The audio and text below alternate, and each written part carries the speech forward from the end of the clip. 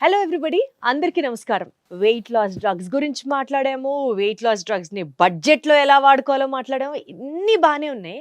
కానీ కొంతమందికి ఈ వెయిట్ లాస్ డ్రగ్స్ వాడుతున్నా వెయిట్ లూజ్ అవ్వట్లేదే. కొంతమంది ఏమో బాగా లూజ్ అవుతున్నారు, కొంతమంది ఎందుకు లూజ్ అవ్వట్లేదు అని అంటే ఆన్సర్ ఎవరి దగ్గర ఉండట్లేదు. వాళ్ళు చేస్తున్న మిస్టేకా, లేకపోతే వెయిట్ లాస్ డ్రగ్స్ తీసుకుంటున్నాం కదా అని చెప్పి కేజీలు కేజీలు ఇంటేక్ ఉంటుందా, ఎక్కడ వస్తుంది ఫాల్ట్ అడిగి తెలుసుకుందాం. మనతో ఉన్నారు డాక్టర్ రవికాంత్ గారిని. సార్ హలో అండి. సార్ ఏంటి సార్ పరిస్థితి, ఎందుకు సార్ ఇది వాడుతున్నా ఇంకా కొంతమందిలో వెయిట్ లాస్ అవ్వట్లేదు? టెన్షన్గా మీరు చెప్పినట్లు ఫస్ట్ 2.5, నెక్స్ట్ కొంచెం ఎస్కలేట్ చేసుకుంటే అట్లా అన్ని ఫాలో అవుతున్నాం రూల్స్ అంటారు, కానీ కొంతమందిలో ఎందుకు కనిపించట్లేదు? అంటే ఒక విచిత్రమైన సంఘటన ఒకటి చెప్తానండి. ఓ పేషెంట్ ఇలాగే 10 డోస్ తీసుకున్నారు, ఏది మొంజారో. దాన్ని తక్కువ కాస్ట్లో చేసుకోవటం ఎట్లా అంటే 15 క్లిక్స్ చేసుకుంటే మనకి 2.5 వస్తుంది, నెలకి మనకి 9,000 మిగులుతుంది అని చెప్పడం జరిగింది. అది అలాగే తీసుకుందాం అని అనుకున్నాం. వాళ్ళకి ఈ ఇంజెక్షన్ ఎలా చేసుకోవాలి డాక్టర్ గారు అంటే, రోజు చాలా మందికి ఏంటంటే బయట ఇంకో నర్సునో డాక్టర్నో పిలిపించుకుని చేయించుకోవాలి అనేది ఉంటుంది. మేము ఏంటంటే మన హాస్పిటల్లో నేర్పిస్తాం, మీకు మీరే చేసుకోవటం. కానీ ఇన్సులిన్ ఎలాగో ఇది కూడా అలాగే, ఇన్సులిన్ పెన్ ఎలా వాడతామో అలాగే ఇది కూడా చేసుకోవచ్చు. మీరు కావాలంటే ఇలా జస్ట్ క్లిక్ అని ఫస్ట్ డోస్ ఒకటి, రెండో డోస్ ఒకటి వాళ్ళకి దగ్గరుండి నేర్పిస్తే వాళ్ళ ఫ్యామిలీ మెంబర్కి కానీ వాళ్ళకి కానీ, మూడోది, నాలుగోది, ఐదోది ఇది ఒక్క రోజుతో పోయేది కాదు కాబట్టి ఒక 3-4 నెలలు కానీ ఫ్యూచర్లో ఇంకెక్కువ మళ్ళీ వాడాల్సి వస్తుంది. కాబట్టి వాళ్ళు నేర్చుకుంటే చాలా ఎంపవర్డ్గా ఫీల్ అవుతారు. ప్రతిదానికి ఇంకొకళ్ళ మీద డిపెండ్ అవ్వాలనుకోండి, వారానికి మళ్ళీ చేయించుకోవాలి. ఆ రోజు ఆ టైంకి వాళ్ళు వస్తారా రారా, టైంకి వస్తారా రారా, ఇంకా ఆ టెన్షన్ వాళ్ళకి ఒక రోజు నుంచి మళ్ళీ అనవసరమైన టెన్షన్ ఆలోచన. ఇంజెక్షన్ వారానికి ఇవ్వాలి. ఒకరోజు లేట్ అయితే మునిగిపోయింది ఏం లేదు. ఓకే. కాబట్టి చాలామంది అమ్మో వారంది అయిపోయింది కాబట్టి కంగారు పడాల్సింది ఏం లేదు. ఒక రోజు అటు ఇటుగా అయినా ఏం అవ్వదు. సో తగ్గేది కూడా ఏముంది, వారం రోజులుండి దాని ఎఫెక్ట్ తర్వాత రోజు 0 అయిపోదు, తర్వాత కూడా ఉంటుంది సగమో ఎంతో కొంత. సో కాబట్టి అట్లా కంగారు పడిపోక్కర్లేదు. ఎందుకంటే ప్రతి దానికి నేను చూస్తుంటాను కదండి, పేషెంట్ సైకాలజీ ఏంటంటే చిన్నది తేడా వచ్చినా ఇంకా ఆ రోజంతా టెన్షన్గా ఆలోచిస్తూ ఉంటారు. ఓ పేషెంట్కి అలాగే ఇచ్చాము, ఎలా చేయాలో నేర్పిస్తే వాళ్ళ ఇంట్లో వాళ్ళు ఉన్నారు. సో మొత్తం డోసు క్లిక్స్ ఎలా చేయాలి, ఇలా సౌండ్ వస్తూ ఉంటుంది, 15 క్లిక్స్ పెట్టుకోండి అని చెప్పి, ఇలా నొక్కండి అని చెప్పాము, ఇలా గుచ్చుకోండి అని చెప్పాము. సన్న సూది, వెంట్రుక అంత సన్న సూది కనపడను కూడా కనపడదు, అది అంత సన్నగా ఉంటుంది. అది గుచ్చుకుంటే నొప్పి కూడా రాదు. గుచ్చుకున్న తర్వాత ఇలా వెనకాల దీన్ని నొక్కాలి.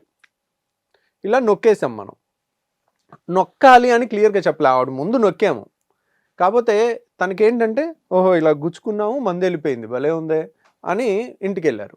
1 రోజులు వాడారు, 2 నెలలు వాడినా ఏమి తగ్గల, రోజు గుచ్చుకుంటున్నారు, బరువు తగ్గట్లా. 2 నెలల తర్వాత వచ్చారు, మేమేమో ఉత్సాహంగా ఏమున్నా, ఎలా ఉన్నారు, ఏంటి, ఇంకా తగ్గారా లేదా అని అడుగుతుంటే, తను ఒక 20,000 ఖర్చు పెట్టుకుంది కదా, ఆ కోపము యాంగర్ అంతా ఉంది.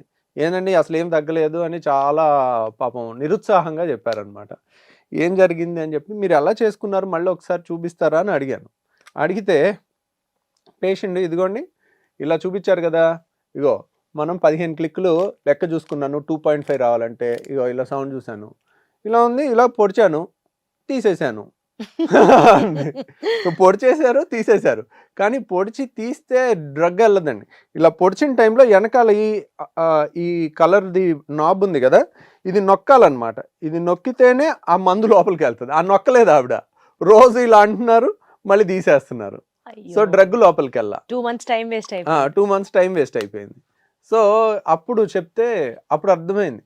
అంటే వాళ్ళకి అన్ని మనం చెప్పినప్పటికీ కూడా ఫస్ట్ ఇంజెక్షన్ అనే టెన్షన్లో కొన్ని రిజిస్టర్ అయినట్లేదు.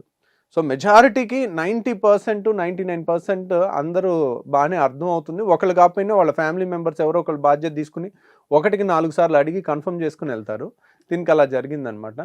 సరే అని మళ్ళీ ఇచ్చిన తర్వాత మళ్ళీ ఇంకొక 2 నెలలకు వచ్చినప్పుడు 5 కేజీలు తగ్గారు. She was happy. ఇలా చిన్న థింగ్స్ ఇన్సులిన్లో కూడానండి ఇదేనండి, నెంబర్ ఆఫ్ క్లిక్స్ కౌంటింగ్ కానీ అవి డోసుని బట్టి అన్నీ మారిపోతూ ఉంటాయి. మీరు ఇన్సులిన్ ఫస్ట్ టైం చేసుకునే వాళ్ళకి కూడా ఇదే వర్తిస్తుంది. ఇన్సులిన్ పెన్ కూడా ఇలాగే క్లిక్స్ ఉంటాయి, డోసెస్ ఉంటాయి, జాగ్రత్తగా చూసుకుని చేసుకోవాలన్నమాట. సరే, ఇంకేమన్నా పొరపాట్లు చేస్తూ ఉంటారా సార్ జనాలు? ఇంకా టెక్నికల్గా అంటారా దీంట్లో? ఎస్. టెక్నికల్గా అయితే నెంబర్ ఆఫ్ కౌంట్స్ ఉంటాయండి. ఇప్పుడు ఒక్కోసారి ఈ డ్రగ్స్ చాలా డిమాండ్ ఉండటం వల్ల దొరకట్లేదు. సడన్గా 10 దొరకలేదు అనుకోండి, 7.5 దొరికింది అనుకోండి, 7.5 తీసుకుంటారు. 7.5 అంటే 60 క్లిక్కులు తీసుకుంటే 7.5 వెళ్తుంది. ఇప్పుడు మనం 2.5 డోస్ ఇవ్వాలనుకోండి, 1/3 7.5లో 1/3 క్యాలిక్యులేషన్ 1/3 అంటే 60లో 1/3 అంటే 20 క్లిక్లు ఇవ్వాలి. 15 ఇస్తే సరిపోదు. 10 డోస్కి 15 క్లిక్స్ ఇవ్వచ్చు. ఓకే. అట్లా మనకి దీంట్లో 15 కూడా వచ్చింది, ఎక్కువ అందుబాటులో లేదు అంటే కొంచెం ఈ టెక్నికాలిటీస్ అన్ని టఫ్ గానే ఉంది సార్ నార్మల్ వాళ్ళకి. నార్మల్ పర్సన్స్ కి. కానీ పెన్ను పేపర్ తీసుకుని నీట్గా ఎక్స్ప్లెయిన్ చేస్తే వాళ్ళకి 9,000 తగ్గుతున్నప్పుడు నెలకి 9,000, అదే మనం 10కి చెప్పాం, 15 వాడితే ఇంకా తగ్గుద్ది. 15లో మీకు అంతేలేండి సార్. ఒక డోసు Yeah. 15, దాన్ని క్లిక్స్ ఇంకా తగ్గుతాయి, 10 క్లిక్స్ లోపలికి వచ్చేస్తాయి, 15 క్లిక్స్ కల్లా. సరే అదర్వైజ్ ఆల్సో ఈ ఇంజెక్షన్స్ ని జాగ్రత్తగా మీరు చెప్పినట్లు టెక్నికాలిటీస్ నోట్ చేసుకుంటూ క్లిక్స్ లెక్క పెట్టుకుంటూ కాన్షియస్ గా చేసుకున్నారు అనుకోండి, ఇది తీసుకుంటున్నాం కదా అని చెప్పి మనం ఇష్టం వచ్చింది తినచ్చా? అప్పుడు కూడా ఏమన్నా డైట్ రెగ్యులేషన్స్ ఫాలో అవ్వాలా? Even that has an impact on the weight లాసా? యూజువల్గానండి వాళ్ళకి ఎప్పుడైతే డ్రైవ్ అనేది ఒకటి ఉంటుంది, సో లోపల తినాలి తినాలి అనే కోరిక ఉంటుంది, అది కొంతవరకు తగ్గితే మనం కంట్రోల్ అవ్వగలుగుతాం. ఇప్పుడు నిన్న నైట్ జరిగింది నేను చెప్తాను. నిన్న నైట్ నేను మార్నింగ్ 8 కల్లా వెళ్ళిపోయి సర్జరీ స్టార్ట్ చేస్తాను.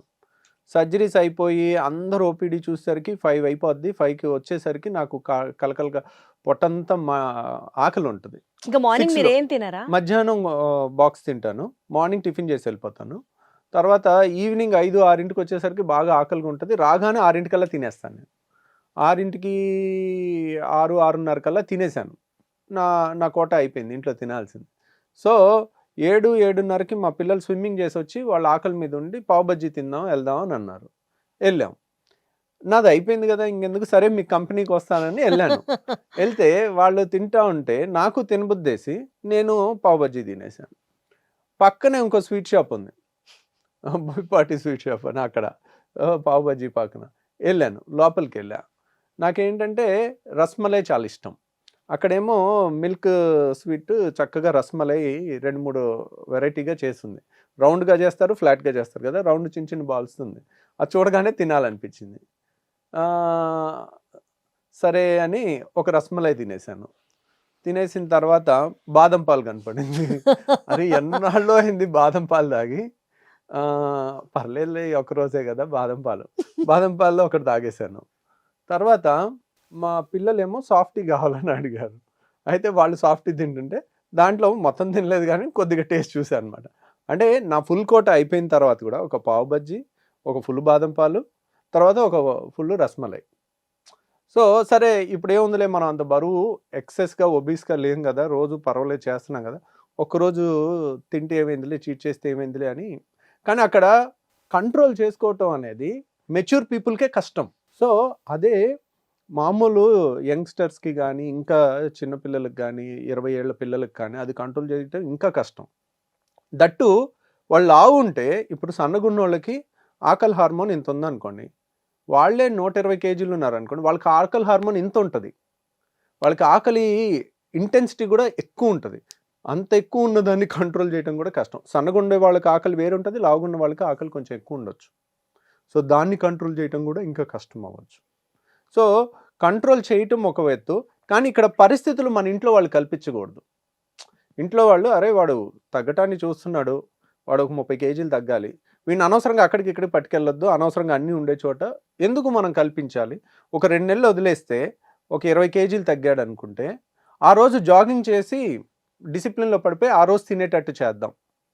సో ఈ 2 రోజులు మన ఫ్యామిలీ అంతా వాడి కోసం కూడా మనం కొంచెం కాంప్రమైజ్ అవుదాం. అన్నెసరిగా వాడిని టెంప్ట్ చేసి ఏదో అంటే సార్ ఈ వెయిట్ లాస్ డ్రగ్స్ వాడుతున్నా కానీ ఎప్పుడు కూడా వెయిట్ లాస్ డ్రగ్ అనేది మన డిసిప్లిన్కి ఎప్పుడు కూడా రిప్లేస్మెంట్ కాదండి. ఆల్వేస్ బెస్ట్ ఏంటి, ఇప్పుడు మిమ్మల్ని ఈరోజు 100 కేజీలు ఉన్నారు, వెళ్ళి జాగింగ్ చేయమంటే మోకాళ్ళు పాడైపోతాయి.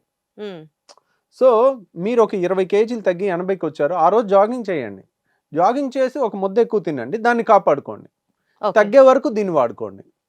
ఇది లైఫ్ లాంగ్ వాడాలని పెట్టుకోకండి. చాలామంది ఆపితే పెరిగిపోతున్నారు. ఇప్పుడు పేషెంట్ ఉన్నారు, సార్ నేను 6 నెలలు వాడాను మీరు చెప్పారని, నాకు ఇన్ని 70,000 50,000 ఖర్చు అయింది, ఇప్పుడు నేను ఆపేసాను మళ్ళీ పెరిగిపోయాను. అది మీరు మొత్తం ఈ మందే నాకు బరువు తగ్గించాలనేది పెట్టుకోకూడదండి ఎప్పుడు.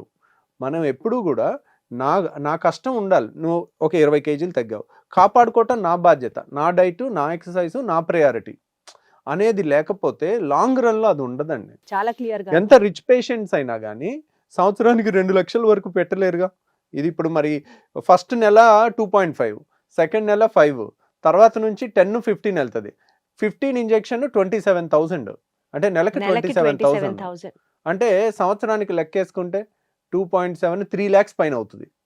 అలా ఎన్నాళ్ళని వాడతారు, ఎంతమంది వాడతారు? Got it sir. అంటే నాకు ఒక సామెత గుర్తొస్తుందండి, there is no short cut to success అంటారు కదా.